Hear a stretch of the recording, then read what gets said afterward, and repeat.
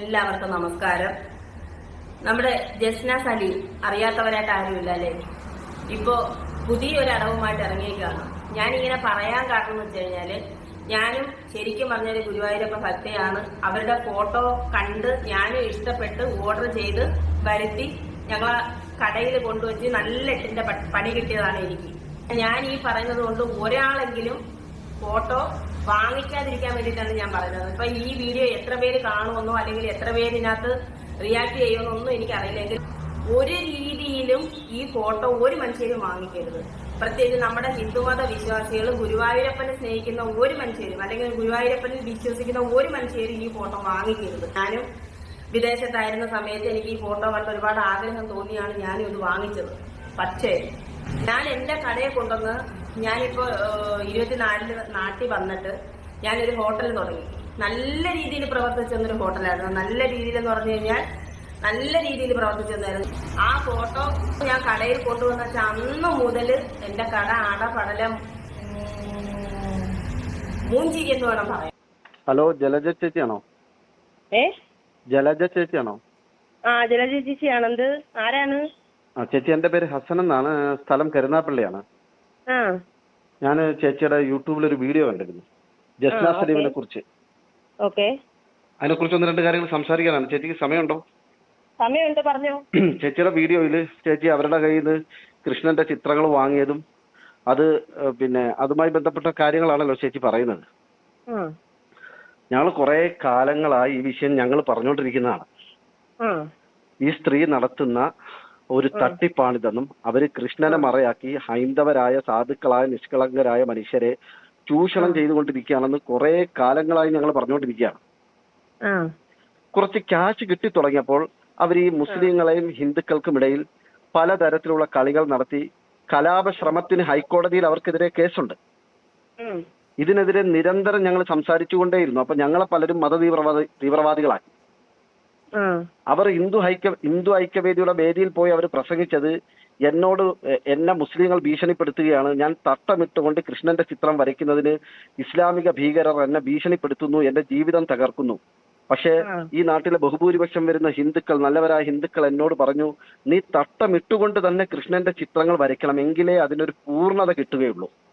അതുകൊണ്ട് ഈ തട്ടം ഞാൻ ഒരിക്കലും ഒഴിവാക്കില്ല, ഞാൻ ഈ തട്ടം ഇട്ടുകൊണ്ട് തന്നെ പൂർണ്ണനായ കൃഷ്ണനെ വരച്ച് ഹൈന്ദവരായ ജനങ്ങൾക്ക് നൽകും എന്ന് പറഞ്ഞ അതേ ജസ്ന സലീം ഇപ്പൊ കുറച്ച് നാളുകൾക്ക് മുമ്പ് ഞാനിതാ ഇസ്ലാം മതം തന്നെ ഉപേക്ഷിച്ചിരിക്കുന്നു എന്ന് പ്രഖ്യാപിച്ചിരിക്കുകയാണ്.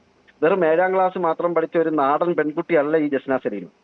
അവര് നമ്മുടെ നാട്ടിൽ വളർന്നു വരുന്ന ജനങ്ങൾക്കിടയിൽ ഉണ്ടായിരിക്കുന്ന വിഭാഗീയതയെ മുതലെടുത്തുകൊണ്ട് പറ്റുമെങ്കിൽ കലാപം വരെ ഉണ്ടാക്കാനുള്ള പല പ്രവർത്തികളും നടത്തി. ഞാൻ അവരുടെ മഹലിന്റെ സെക്രട്ടറി ആയിട്ട് സംസാരിച്ച ആളാണ്. എന്നോട് അവരുടെ മഹലിലെ സെക്രട്ടറി ആയിട്ട് ഞാൻ സംസാരിച്ചിരുന്നു, പള്ളിയിലെ സെക്രട്ടറി ആയിട്ട്. അദ്ദേഹം എന്നോട് പറഞ്ഞത്, ഹസനെ, ഈ നാട്ടിൽ ഞങ്ങൾ ഹിന്ദുക്കളും മുസ്ലിങ്ങളും വളരെ സന്തോഷത്തോടു കൂടി ജീവിക്കുന്ന ഒരു നാടാണ്. നിങ്ങളുടെ നാടുകളെ അപേക്ഷിച്ച് ഇവിടെ മറ്റൊരു പ്രത്യേകത ഉണ്ട്. ഞങ്ങളുടെ പിന്നെ പള്ളിയോടടുത്തുള്ള ക്ഷേത്രത്തിൽ ഉത്സവം വരുമ്പോൾ ഞങ്ങളെ ആ ക്ഷേത്ര കമ്മിറ്റി അങ്ങോട്ട് ക്ഷണിക്കും. ഞങ്ങൾ അവിടെ പോയി ഫുഡ് കഴിക്കും. നമ്മുടെ പള്ളിയിൽ പരിപാടി വരുമ്പോൾ ക്ഷേത്ര കമ്മിറ്റി ഇങ്ങോട്ട് ക്ഷണിക്കും. അങ്ങനെ വളരെ മതസൗഹാർദ്ദത്തോടു കൂടി ജീവിക്കുന്ന ഞങ്ങളുടെ ഈ നാട്ടില് ഞങ്ങൾ പരസ്പരം പങ്കെടുത്ത ആ ക്ഷേത്രത്തിന്റെ പരിപാടി പരസ്യമായി സോഷ്യൽ മീഡിയയിൽ പ്രചരിപ്പിച്ച് ഇതൊരു വർഗീയ കലാപത്തിന് പിന്നെ അവള് എന്താ പറയുക, അതിനുള്ളൊരു സ്കോപ്പ് ഉണ്ടോ എന്ന് നോക്കി അതിന് വേണ്ട വിഭാഗീയ പ്രവർത്തനങ്ങൾ പോലും അവള് നടത്തി. അതോടുകൂടി ആ നാട്ടുകാർക്ക് ഇവളെ മനസ്സിലായി. ചേച്ചി ഒന്ന് ആലോചിച്ച് നോക്കണം, അവള് പരസ്യമായിട്ട് അവളുടെ യൂട്യൂബ് ചാനലിൽ വന്നിരുന്ന് പറഞ്ഞതാണ്, മദ്രസകളിൽ പഠിപ്പിക്കുന്നത് അമുസ്ലിങ്ങളെല്ലാവരും, ഞാനിപ്പോ സംസാരിക്കുന്ന ഞാനൊരു സഹോദരിയെ പോലെ കാണുന്ന ചേച്ചി അടക്കമുള്ളവർ നരകത്തിലെ വിറകുകൊള്ളികളാണ് എന്നാണ് ഞങ്ങളുടെ മദ്രസകളിൽ പഠിപ്പിക്കുന്നതെന്ന് പച്ചയായി പറഞ്ഞവളാണ്. ഞാൻ അവരോട് ചോദിച്ചു, അത് നിങ്ങൾ തെളിയിച്ചാൽ, ഏത് മദ്രസയിൽ ഏത് സിലബസിൽ ഏത് ക്ലാസ്സിൽ പഠിച്ചു നിങ്ങൾ തെളിയിച്ചാൽ നിങ്ങൾക്ക് 10 ലക്ഷം രൂപ ഞാൻ തരാമെന്ന് പറഞ്ഞ് 2 തവണ ഞാൻ അവരെ വെല്ലുവിളിച്ചതാണ്. അവരാ വെല്ലുവിളി ഇതുവരെ ഏറ്റെടുത്തിട്ടില്ല. പകരം എന്നെ തെറി വിളിക്കുക, എന്റെ മരിച്ചുപോയ മാതാപിതാക്കളെ തെറി വിളിക്കുക, ഇത്തരത്തിലുള്ള പരിപാടികളാണ് നടത്തുന്നത്.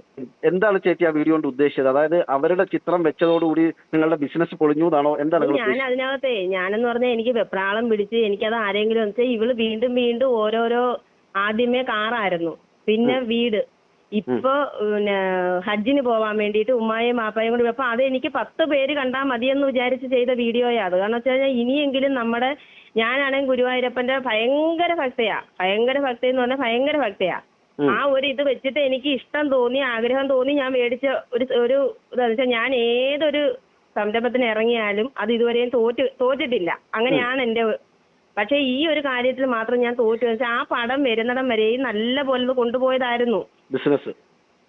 പക്ഷേ എനിക്ക് ആ പടം അവിടെ കൊണ്ടുവച്ചതിന് ശേഷം എനിക്ക് ഒരു മേൽഗതി ഉണ്ടായിട്ടില്ല. അത് എനിക്ക് 10 പേരെടുത്ത് പറയണമെന്ന് എനിക്ക് തോന്നിയ ഒളിച്ചും പാത്തും അല്ലല്ലോ, സോഷ്യൽ മീഡിയയിൽ പബ്ലിക്കായിട്ടല്ലേ പറഞ്ഞത്. അതെ, അതായത് ചേച്ചിക്കുണ്ടായ അനുഭവം ചേച്ചി പരസ്യമായി പറഞ്ഞു.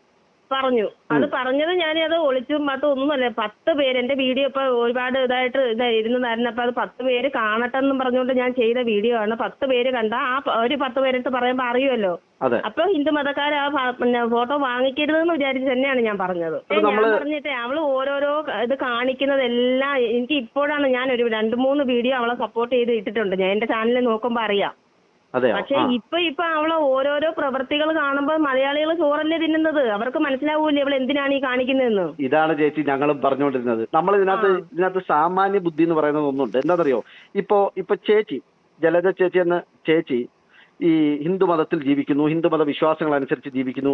നാളെ ചേച്ചിയുടെ തലയിൽ ഒരു കുബുദ്ധി വർക്ക് ചെയ്തിട്ട് ചേച്ചിയുടെ വിശ്വാസങ്ങളെയും സങ്കല്പങ്ങളെയും സമുദായത്തെ ഒക്കെ തള്ളി പറഞ്ഞുകൊണ്ട് ഏതെങ്കിലും ഈ മുസ്ലിങ്ങൾ പോകുന്ന മക്കയുടെയോ മദീനയുടെയോ തീർത്ഥാടന കേന്ദ്രത്തിന്റെ ചിത്രങ്ങൾ വരച്ച് വിറ്റ് 4 കാശ് കിട്ടുമ്പോൾ ചേച്ചി ഈ സമുദായത്തെ തള്ളി പറയുന്നത് കാണുമ്പോൾ ഞാൻ അടക്കമുള്ള മുസ്ലിങ്ങൾ എന്താ ചെയ്യാം, ഞങ്ങൾ എന്താ ചിന്തിക്കുക? അവിടെയാണ് നമ്മുടെ സാമാന്യ ബുദ്ധി വർക്ക് ചെയ്യുന്നത്.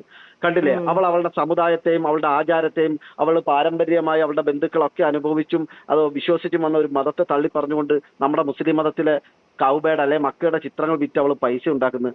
സ്വന്തം സമുദായത്തെ തള്ളി പറഞ്ഞ അവള് നാളെ നമ്മളെ തള്ളി പറയില്ലെന്ന് എന്താ ഉറപ്പ്? നമ്മൾ സാമാന്യമായി ഒന്ന് ചിന്തിക്കണ്ടേ? ഇത് തന്നെയാണ് ഞങ്ങളും പറഞ്ഞുകൊണ്ടിരുന്നത്. നിങ്ങൾ ഹൈന്ദവരോട് ഞങ്ങൾ പറഞ്ഞു, പ്രിയപ്പെട്ട ഹൈന്ദവ സഹോദരങ്ങളെ, നിങ്ങൾ ഇവളെ പൊക്കി തലയിൽ വെച്ചാൽ ഇവള് വരച്ച ചിത്രങ്ങൾ വാങ്ങി നിങ്ങൾ ഇവളുടെ ചിത്രങ്ങൾ വാങ്ങി വീട്ടിൽ വെച്ച് എന്തോ വലിയ സംഭവമാണെന്ന് പറഞ്ഞ് നിങ്ങൾ കൊണ്ട് നടക്കരുത്. കാരണം സ്വന്തം സമുദായത്തെയും സ്വന്തം വിശ്വാസത്തെയും സ്വന്തം കാഴ്ചപ്പാടിനെയും ഒക്കെ തള്ളി പറഞ്ഞിട്ട് നിങ്ങളുടെ മതത്തിലെ ഒരു ദൈവത്തെ പൊക്കിക്കൊണ്ട് വന്ന് അതിന്റെ ചിത്രങ്ങളും കൊണ്ടുവന്ന് നിങ്ങളത് വാങ്ങിച്ച് നിങ്ങളുടെ വീട്ടിൽ വെച്ചാൽ ഞങ്ങളുടെ അറബിയിൽ പറയും നിങ്ങൾക്ക് അതുകൊണ്ട് ഒരു ബർക്കത്തും ഉണ്ടാവാൻ പോകുന്നില്ല, നിങ്ങൾക്ക് ഒരു ഐശ്വര്യം ഉണ്ടാവില്ല. കാരണം അത് മറ്റൊരു സമുദായത്തെ ചവിട്ടി തേച്ചുകൊണ്ടും അവരെ പൂർണ്ണമായും അവർക്കെതിരെ കള്ളത്തരങ്ങളും നുണയും വർഗീയതയും പറഞ്ഞിട്ട് കൊണ്ടുവന്ന് ഉണ്ടാക്കിയ പൈസ കൊണ്ടാണ് അവൾ അത് ഉണ്ടാക്കുന്നത്. അതുകൊണ്ട് നിങ്ങൾക്ക് ഒരു ഐശ്വര്യം ഉണ്ടാവാൻ പോകുന്നില്ല. ഈ സാമാന്യ ബുദ്ധി ഇവിടുത്തെ നമ്മുടെ ഹൈന്ദവരായ ജനങ്ങൾക്ക് ഉണ്ടാവണം. നമ്മൾക്ക് വിശ്വാസങ്ങളുണ്ട്. നമ്മൾ ഇപ്പൊ എന്താ പറയും, നമ്മുടെ നാട്ടിലൊക്കെ പല മുസ്ലിങ്ങളും ബിസിനസ് ചെയ്യുന്നു, പല ഹൈന്ദവ സഹോദരങ്ങളും ബിസിനസ് ചെയ്യുന്നു. നമ്മൾ അവരുടെ മതമോ ജാതിയോ പേരോ ഒന്നും നോക്കിയിട്ടല്ലല്ലോ ആ കടയിൽ കയറി അവരുടെ സാധനങ്ങൾ വാങ്ങുന്നത്. പക്ഷെ ഇതല്ലല്ലോ, ഇതങ്ങനെയല്ല. ഇത് പരസ്യമായി സോഷ്യൽ മീഡിയയിൽ വന്നിരുന്നുകൊണ്ട് മുസ്ലിങ്ങളെ തെറി പറയുക, മുസ്ലിങ്ങളെ ചീത്ത വിളിക്കുക. നിങ്ങളുടെ മുസ്ലിങ്ങളുടെ സപ്പോർട്ട് എനിക്ക് വേണ്ട, എനിക്ക് ജീവിക്കാൻ കൃഷ്ണൻ ഒരു വഴി കാണിച്ചു തന്നിട്ടുണ്ട്, ഞാൻ അതുകൊണ്ട് ജീവിക്കും എന്ന് പരസ്യമായി പറയാം. എന്നാൽ നിനക്ക് കൃഷ്ണനിൽ വിശ്വാസം ഉണ്ടെങ്കിൽ സഹോദരി, നീ ആ മതം സ്വീകരിച്ച് ഈ കപട നാടകം നിർത്ത്, എന്നിട്ട് ആ വിശ്വാസം അനുസരിച്ച് ജീവിക്ക്. ഈ 2 വള്ളത്തിലും ചവിട്ടി എന്തിനാ ഈ ആളുകളെ പറ്റിക്കുന്നത് എന്തിനാണ്? അതുകൊണ്ടാണ് ഹൈക്കോടതി പറഞ്ഞത്, നിങ്ങൾ ഈ ക്ഷേത്രത്തിൽ വന്ന് നിങ്ങളുടെ ആരാ പറഞ്ഞത്, മുസ്ലിമായ നിങ്ങൾ എന്തിന് ക്ഷേത്രത്തിൽ വന്നു അവിടുത്തെ വിഗ്രഹത്തിന് മാല ചാർത്തി? എന്താണ് നിങ്ങൾക്ക് അതിനുള്ള അവകാശം? എന്താണ്? നിങ്ങളൊരു ഹൈന്ദവ മത വിശ്വാസിയാണോ? അല്ല. പിന്നെ എന്തിനു നിങ്ങൾ ഈ ക്ഷേത്രത്തിന്റെ കോമ്പൗണ്ടിൽ കയറി? ഹൈക്കോടതിയുള്ള ചോദ്യമാണ് ഇത് നമ്മൾ കാണാതെ പോകരുത് ചേച്ചി. ഉപജീവന മാർഗമാണെങ്കിൽ നമുക്ക് അറിയാതെ എങ്ങനെയാണ് ചെയ്യുന്നതെന്ന്. ചേച്ചിയെ പോലെ ഒരാൾ മുമ്പോട്ട് വന്നത് ഞങ്ങൾ കുറെ കാലമായി പറഞ്ഞുകൊണ്ടിരിക്കുകയാണ്. അപ്പൊ ഈ ചിത്രം എത്ര രൂപ കൊടുത്താ ചേച്ചി വാങ്ങിയത്? 5000 കൊടുത്തു. ആ 5000ത്തിന്റെ ക്വാളിറ്റി അതിനുണ്ടോ? അതിന്റെ ഉണ്ടോ? അത് നമ്മളെന്തോ പറയുന്ന അന്നത്തെ ആ ഒരു ഇതിൽ ഞാൻ അതിനകത്ത് പറഞ്ഞിട്ടില്ലേ, അത് എനിക്ക് ഒരുപാട് ഇഷ്ടമായിരുന്നു. അതിനെ നമ്മൾ പുറമേ നിന്ന് കാണുമ്പോൾ നല്ല പൊലിമയായിട്ടല്ലേ കാണുന്നത്. പൊലിമയ്ക്കൊന്നും കുറവില്ല, പക്ഷെ അതിന്റെ ആ വർക്കിന്റെ ആയിരിക്കാം. പക്ഷെ അതിന്റെ അകത്ത് ഇട്ടേക്കുന്നതൊന്നും ഒരു 850 അല്ലെങ്കിൽ ഒരു 900 പോട്ടെ 1500 രൂപയുടെ അപ്പുറത്ത് ഒരു വില അതിനകത്ത് വരുന്നില്ല. പിന്നെ ഈ ആ ഒരു ഇതുകൊണ്ടാണ് എനിക്ക് അന്നത്തെ ആ ഒരു ആഗ്രഹം കൊണ്ട്, നമ്മൾ വെളിനാട്ടിൽ നിൽക്കുമ്പോഴേ ഞാൻ വെളിയിലായിരുന്നു, അപ്പൊ ആ ഒരു സമയത്ത് എനിക്ക് ആഗ്രഹം തോന്നി അങ്ങനെ അങ്ങ് വാങ്ങിച്ചതാ. അത് ശരി. അവർക്ക് അറിയാമല്ലോ ചേച്ചിക്ക്, ഇപ്പൊ വിദേശത്തൊക്കെ നിന്ന് ആയതുകൊണ്ട് ചേച്ചിക്ക് കാര്യങ്ങൾ അറിയാമല്ലോ. നമ്മുടെ നാട്ടിൽ മനുഷ്യർക്കിടയിൽ ഉണ്ടാകുന്ന വിഭാഗീയതയും മതത്തിന്റെ പേരിൽ ജനങ്ങളെ തമ്മിൽ തല്ലിക്കുന്നതൊക്കെ നമ്മൾ കണ്ടോണ്ടിരിക്കുകയാണല്ലോ.